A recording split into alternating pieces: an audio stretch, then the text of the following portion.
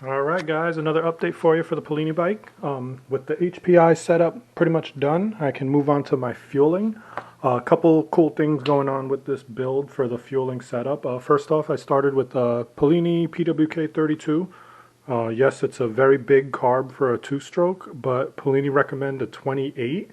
And doing my research on the moped scooter forums that actually run the jug, most recommend the 32 is worth about 1.5, 2 horsepower, along with a bigger pipe for another 1.5 to 2, which is kind of the secret sauce to get it from 27, 28 up to 30. So I went with the 32 millimeter, and then as you can see, I got adjustable powerjet on here from Thunder Racing or Thunder Products.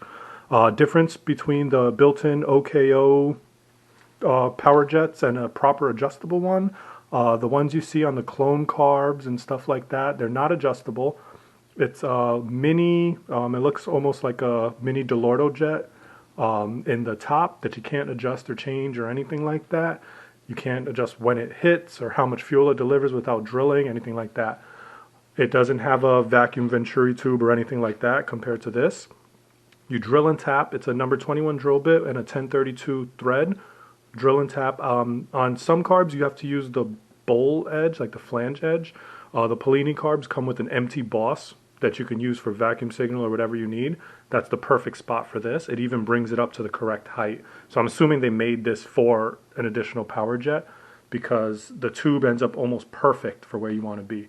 How it works, just like the inside of a carb with the main jet, air rushing through sucks fuel from the bowl down up into here. This knob adjusts from fully closed, which is no additional fuel, up to 500 Mikuni jet. So you could add a ton of extra fuel on the top end. So that's how you control how much fuel you add.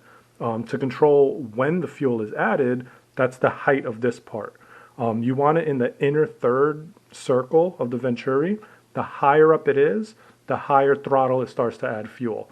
Smack dab in the middle is the strongest signal. It'll add the most fuel at the earliest point. And as it goes up, it adds slightly less fuel slightly later in the RPM range. So using shims or spacers or cutting this back, whatever, I can adjust when it starts to add fuel. The reason that's important is with nitrous, you obviously only want to spray at full throttle. It's really bad for the motor to spray under high torque, low RPM loads. So you want to spray at full throttle. I don't need extra fuel from idle to 15,000 RPM if I'm spraying. I only need extra fuel at that top throttle position. So I could keep this set to like 75, 80%. It runs totally normal until I get to that 85, 90% throttle position. Then it starts dumping the extra fuel. That being said, it pulls fuel from pretty much right next to the main jet. On a normal installation, if you install it in the bowl, you're supposed to install it on the other side, but right smack dab in the middle between the float prongs, which would be like around here or here, whatever. But then you have the power jet and the main jet kind of fighting each other for fuel. They recommend a deep bowl nut, which they sell for like 25 bucks. Now that I have a proper lathe, I just turned my own. Copied roughly the same dimensions of theirs. I made it a little bit taller because I didn't go quite as wide on the nut itself. So it's a slightly bit taller.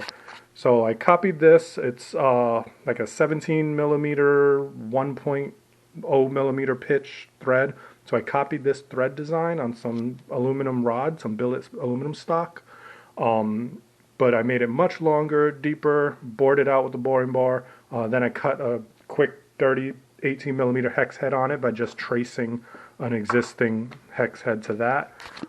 Drill and tap a second port right smack dab at the bottom. Sorry, I'm forgetting the camera.